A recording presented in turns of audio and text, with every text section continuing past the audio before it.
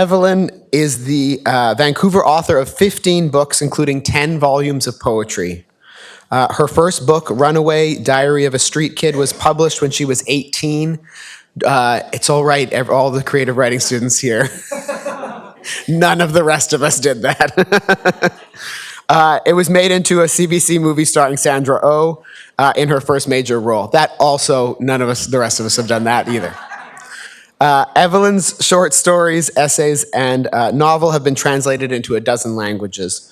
Her poetry has received the Milton Acorn Award, the Pat Lowther Award, National Magazine Award, and nominations for the BC Book Prize and the Governor General's Award. Her poems have been chosen for inclusion in the Best Canadian Poetry and Best American Poetry anthologies, which is impressive when you're not even American. From 2011 to 2014, Evelyn served as Poet Laureate of the City of Vancouver. Her new book is Parade of Storms, which is what hopefully we'll get to hear a few poems from as part of Evelyn's address. I've known Evelyn for a number of years, and we've worked together in a variety of capacities. I think one of my favorites was for one semester we taught a class together at SFU. And I taught the first half of the class, and we would talk about poetry and poetic forms, and everyone would sit there dutifully. And then as we approached the midway point of the course, which is when, like an hour in, Evelyn would sweep into the room, and suddenly the reason everyone was there would finally have happened. And the impatience would lessen and subside. And here we are again. So I'm going to stop talking, and I'm going to yield the floor to Evelyn. Please, everyone, a big round of applause for Evelyn Lau.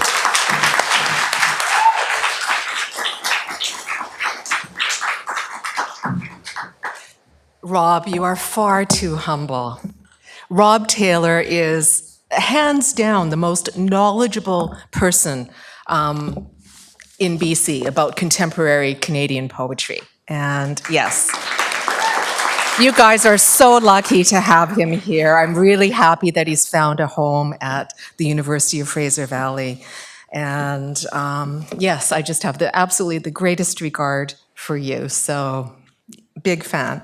And Charlie, what you said about my work was like the most perfect thing that one writer can say to another. Because as readers, those are the moments we look for, where something we've known all our lives, but we've been unable to articulate, someone else has found the words for us, and we're just like, yes. So the fact that I gave you one of those moments is just, I will be floating off out of here. But as Rob knows, he had to restrain me from running away, because I was like, how do you follow a brilliant comedian who's also a speechwriter? I mean, like, oh my God. And I did not write a speech because I tried. I did try. What I have to say is that, if there was any doubt about the power of words, I have lost that doubt, because the whole idea of having to do a keynote address just scared the pants off of me. And it was just the fact that it was called a keynote. And it's taking place at a university. And if any of you know my work, I left school in grade 10. So usually I'm okay with that, but within these hallowed halls, like suddenly that, comes up. I'm like, what? Maybe I'm completely inarticulate. But if you called it, if you just said, come read a few poems, talk about your poems, yes, I would have been completely at ease with that. But the fact that this is somehow a keynote is terrifying. So it's just the word, right? It's all about the words. But we all come to writing from different places in our lives, whether that's through academia, whether that's reading books, directed reading, or whether you're sitting in solitude, reading on your own. We learn through other writers' work. And from the time I was a child, I never saw any other path forward. I mean, really, almost from the first time I opened a book and was able to read, it was like, this is what I have to do. And I almost felt like there was no other choice. And very early in life, I started pestering every published writer I could find. And I'm sure some writing students may kind of know this too. You're just so desperate for feedback and for validation of some sort of guidance. And I remember writing a letter to the great science fiction author Ray Bradbury when I was 13, saying, please, I want to be a writer. And he very kindly wrote back and said, yes, wonderful, but just prepare yourself for years of poverty before you hit it big, right, as he did, from his home in Beverly Hills or something. I still remember the stationery, said Beverly Hills, but it was like, for years he worked menial jobs, and then his wife supported him and so forth, and then finally he was able to make it big. Had I written to a poet, they would have said, prepare yourself for a lifetime of poverty. It's not just a few years, but none of that somehow deterred me. And so I am going to start by reading a poem. I thought of reading this because the beloved poet Kate Braid, I'm sure some of you know, years ago when she lived in Vancouver, she had a series of salons where she gathered poets in her home, and she would direct us with something that we should talk about. And the first one was the role of the poet. That was the direction. She wanted us to come and talk about that. And we all wrestled with it. I don't know if we came up with any answers, but I was thinking about it today because with my recent book, doing interviews, many people have been asking about what is your responsibility as a poet in today's world? And I feel like my answer is disappointing to people because, of course, I'm affected, as we all are. We live in the world, and as Charlie, so brilliantly put it, in terms of everything that is going on around us, the pendulum swings, everything. It finds its way into our work, into our thinking. But I've also always believed that one's inner life is just as important as what is going on outside. And we can make passionate commentaries about what's happening externally, but the internal world is very rich as well, too. And I feel sometimes poetry is dismissed if it's considered confessional or personal. And yet again, I remember as a pre-teenager devouring Anais Nin's diaries. And sort of, I think gratefully, I was too young to understand a lot of what she was writing about, most of which was very sexual, all of her relationships and so forth. But what I responded to was the idea that a woman's inner life is something of importance and something that you can fill, racks of library shelves with. So I think that was imprinted upon me at an early age. So I don't know if I had any answers to what the role of the poet was at the time, but I did get a poem out of it. So Kate Braid's Salon, The Role of the Poet. We thought we had a gift, that we were blessed. So early on, we felt that spasm of difference, a calling religious in its fierce devotion, its blindness to any other point of view. Families, lovers were scraps caught up in our storms of creativity, their private lives ransacked for inspiration, collateral damage in the cause of poetry. Now we gather at Kate's in the heat and confusion of middle age, greeting each other by the wrong names, still searching for the right words, eager to justify this work by which we have measured our lives. Elise in her blue cancer bonnet, her face lifting like a sunflower.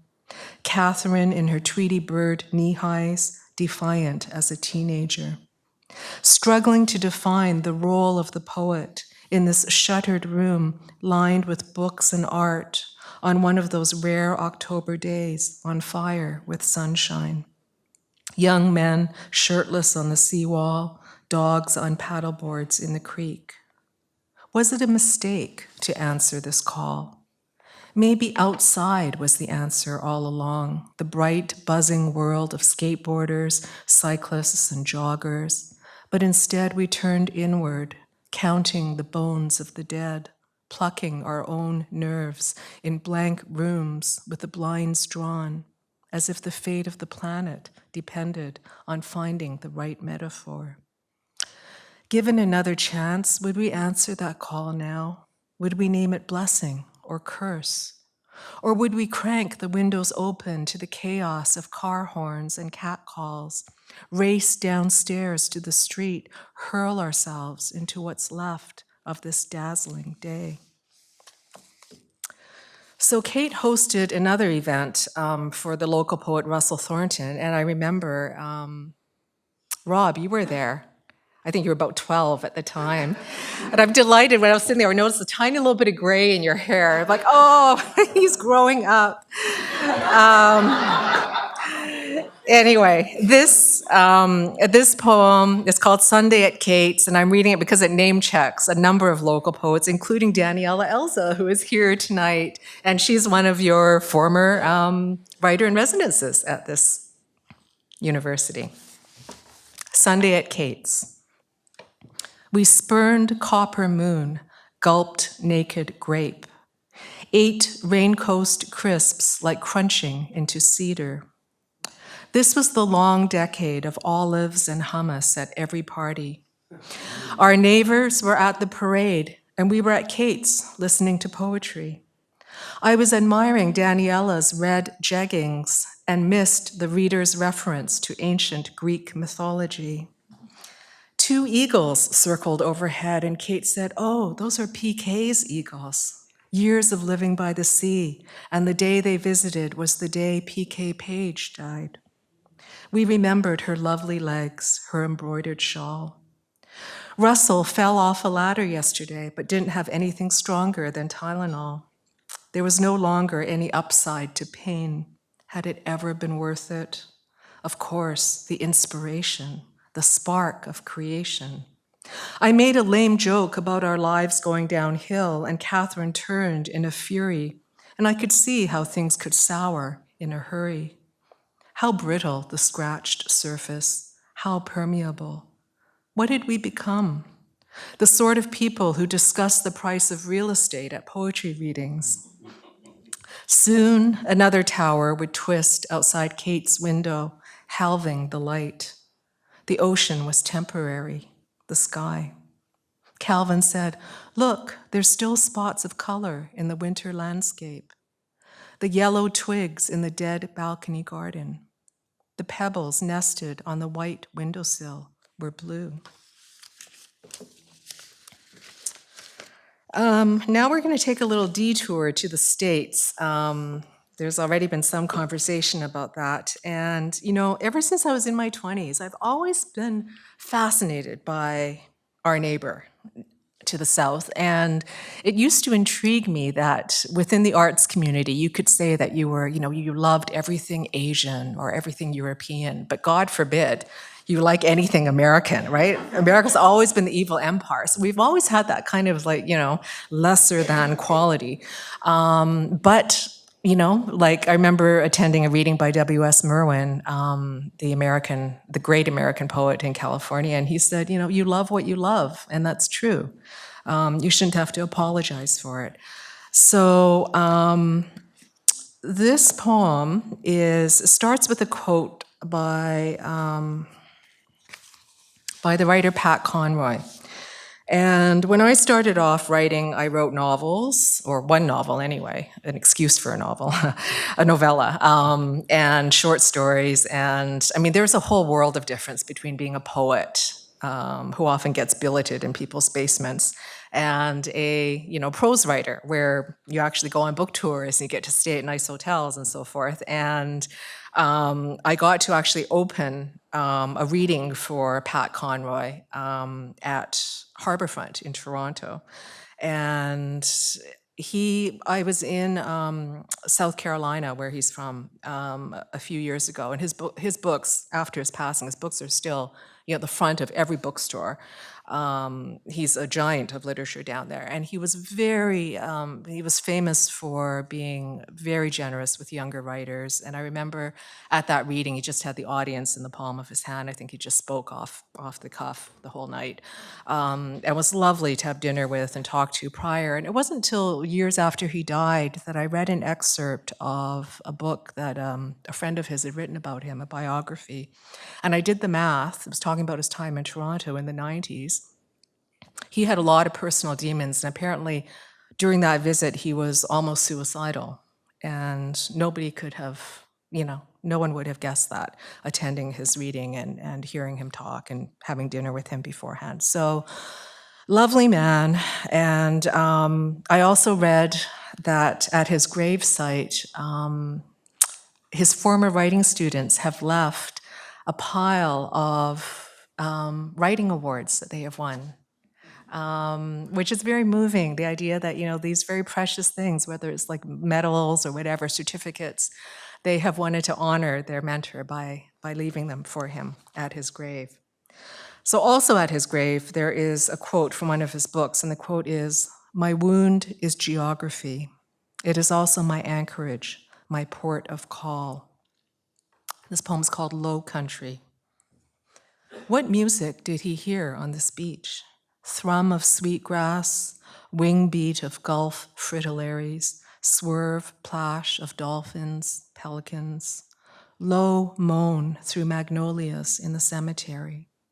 I tried to listen, but the island seemed opaque, unknowable. Mansion after mansion, shuttered and silent, scumbled staircases curved in ghostly embrace. The bridge cracked open, its expanse white as ibis. Reverb of a pile driver in town pummeling another foundation. Halfway down the pier, you found a fish someone had hooked, then flung onto the wooden slats.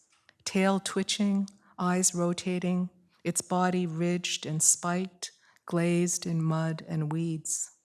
Mouth gasping in the caustic air. While we watched, it blinked, shuddered.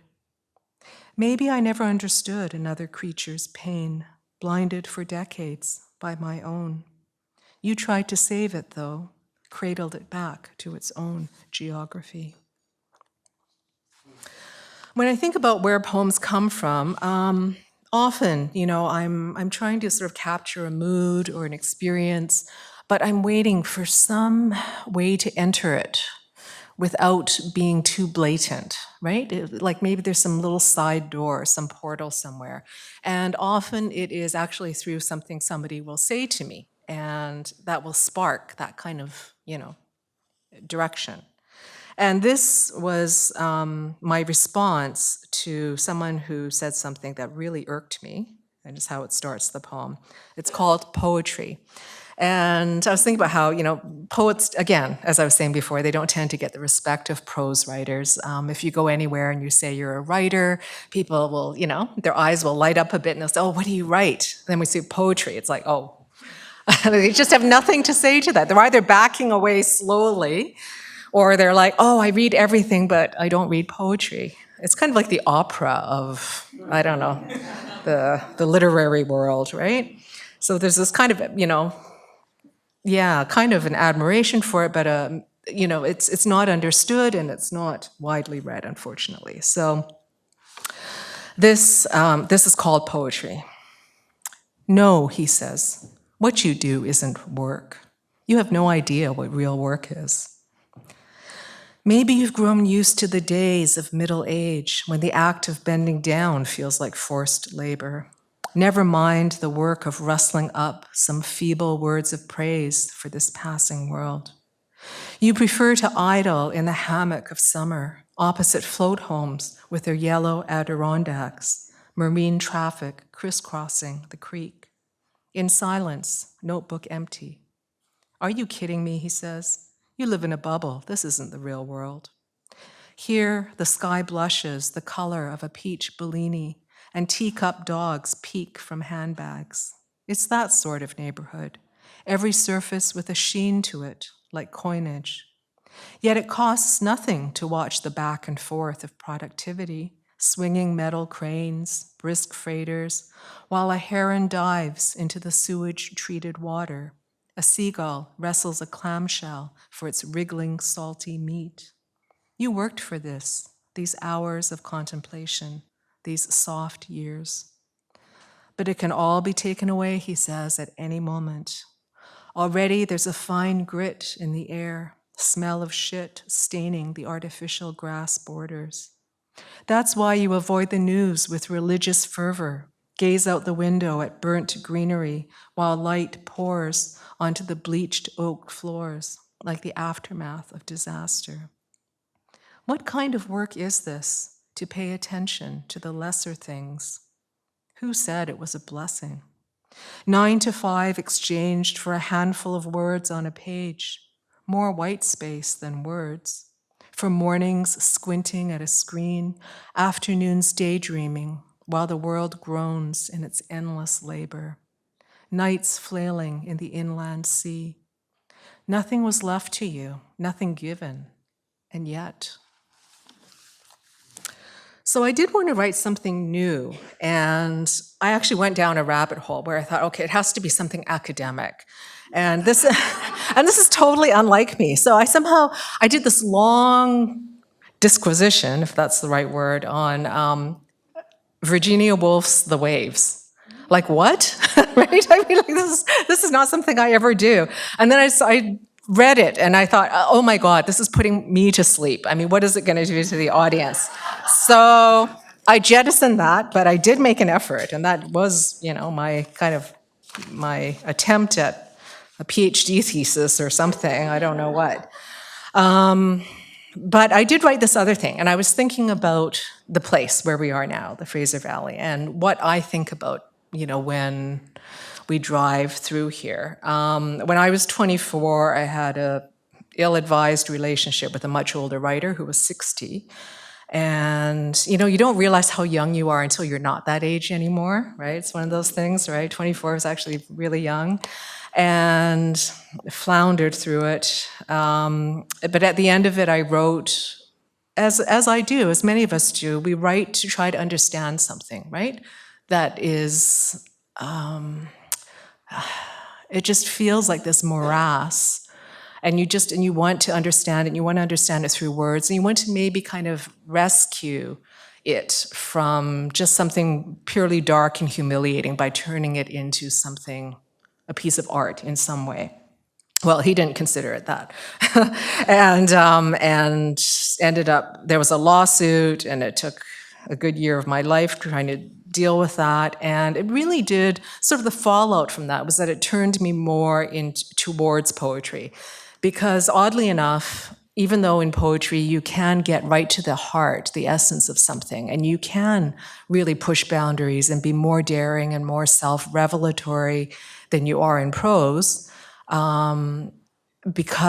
simply because there are so few readers, it's not under the same kind of microscope as writing like a personal essay or a memoir or whatever. So you can actually get away with a lot more.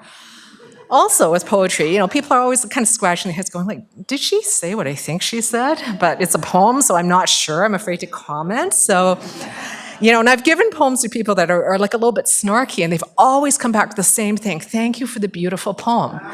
Every single time, thank you for the beautiful poem. Because people just think, okay, if it's a poem, it must be beautiful. So it's amazing what you can get away with. So this is not a beautiful poem, it's a sour poem, and I've actually called it Sourdough. But it is, I was thinking about that relationship in the context of this area that we're in. So, this junction of motel, gas station, Chinese smorgasbord is where I think of you again.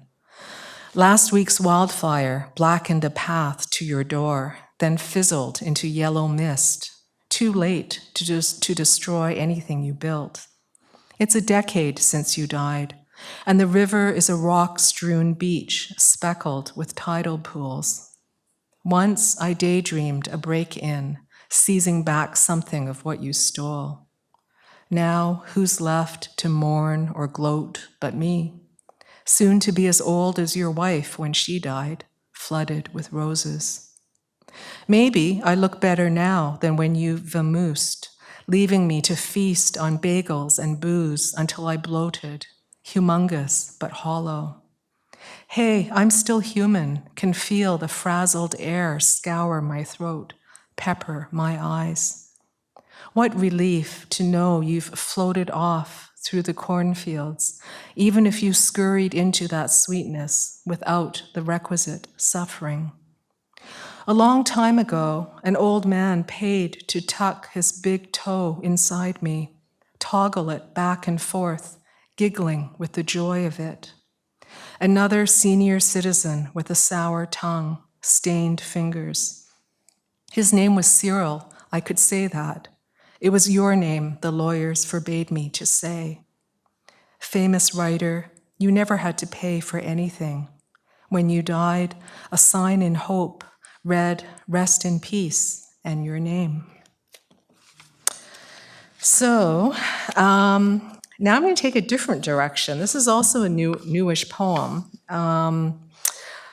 Those of you who are maybe a little bit attuned to what's going on in poetry may know the name Scott Griffin of the Griffin Prize. I mean, he has basically changed the Canadian poetry landscape with, I believe it is the most lucrative prize in the world for poetry, and also, of course, the amazing Poetry and Voice program that sends poets into high schools to give workshops to students. So, I mean, it's an incredible thing. Anyway, I was one of the judges for Poetry and Voice earlier this year, and afterwards there was this huge dinner, which he funded, like everything else, at Shambar, fancy restaurant in Vancouver that poets never get to darken the doors of. I've never been there, despite having lived in Vancouver my whole life. So, of course, I had to write a poem about this thing. And this was I sent it to Scott as my thank you poem, and he probably raised an eyebrow or two, but this is my voice, right? So it's called Corporal for Scott Griffin. This was the weekend poems were pasted on light poles around the city. Il pleut in May, mist that bellowed into downpour, gusting through the night outside Shambar. Terrines of foie gras, dust of truffles, ooze of marrow. Never mind our rage, our poverty. This night the poets feasted, clogging our veins with saturated fat as we devoured the abundance you fed us, while you pushed your own plate away. We were lions at that communal table, brimming with shanks of roasted lamb hefted from tagines, sheen of carpaccio on pawns of slick butter, caper berries and pine nuts, ancient treasures of honey, figs, flaked gold. The conversation arrowed in all directions. Bring back capital punishment, you jested, when what you meant was corporal. The body, the body. Yes, we were all animals under our casual finery, watching slit-eyed, waiting, sniffing the air for whiffs of danger or opportunity, ready to pounce or streak off into the savannah. All my life, I've seized everything good and perverted it. Was this pathology or survival? Outside, rain drenched down, purifying sidewalks soiled with blood and feces. Heat rose in my body, torched by too much stimuli. Teeth, wine, cutlery, your wife's calm gaze as another woman cradled your hands by candlelight. Everywhere there were micro-expressions, glinting and vanishing, flitting past like minnows in muddy water. Something sparked, spun in the air. It's a very awkward thing having dinner with rich people because you're always, you think like they may be bracing themselves for to be asked for money, right? And that, it's just, I don't know, it's very strange as an artist. And I was talking to some writers about this up in Whistler last weekend, and one of them said, he's in Toronto and there are these like amazing, fundraisers for literature where it costs us $100,000 to buy a table there, right? And he was saying basically we're like the help. Like even like they're putting like a writer or two at every table to be the entertainment, right? But it's like those people would never consider like inviting us over for dinner or anything, because it would be like inviting the caterer home with you, right? So and yet you're kind of like this elevated thing, but you're the author. So it's a very strange thing.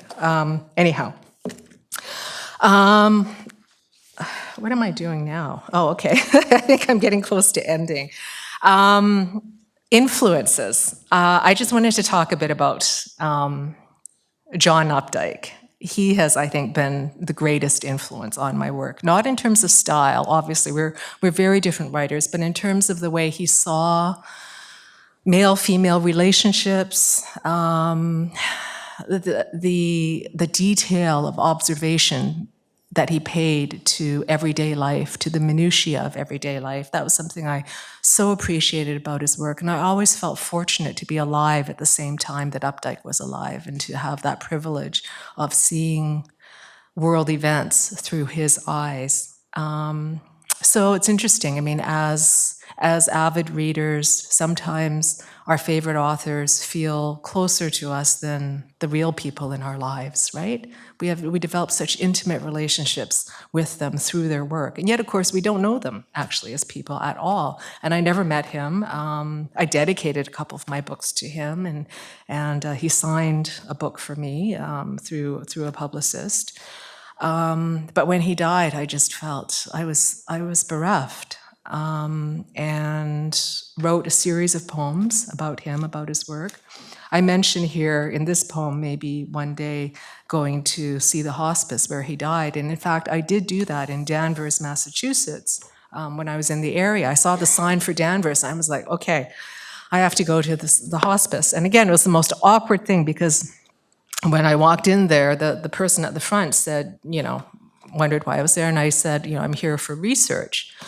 But she thought I meant that I was researching the hospice for, a beloved partner or, relative or something. And so I got the full treatment, got toured through everything, and I just had to kind of go along with it. And then as I'm leaving, this woman who had overheard, came running out. She was like visiting her whatever, and she was like in tears, and she said, oh, I just wanted to reassure you this is like the best place to put your beloved, relative or whatever. And I'm just like, oh. So I kind of like slunk out of there. But so I set foot in the place where he left this earth. And I guess before I read this poem, which will be my last poem, I just wanted to say too that one of the things he wrote was that he always felt that words could save a life. And I just thought that was such a lovely quote. And I've always believed that. And I'm sure many of you in the audience do as well, too. So, thinking of Updike. In Summerland, the hours of silence are long. Even this one life, said to be over in a day, holds space that stretches to the horizon. Abundance, then a harvest of loss. Berries in a bowl, plucked from an orchard, sagging with fruit, then the fires sweeping across the sky above Kelowna. Each summer, perhaps the last, yet I can't love the world any more than this. The view from a bridge, 1,000 windows shining in the salty sun. The wind in the trees, a tangle of sweet water, silver sage and burnt lavender, to scent our sleep, the bitter cream of almonds.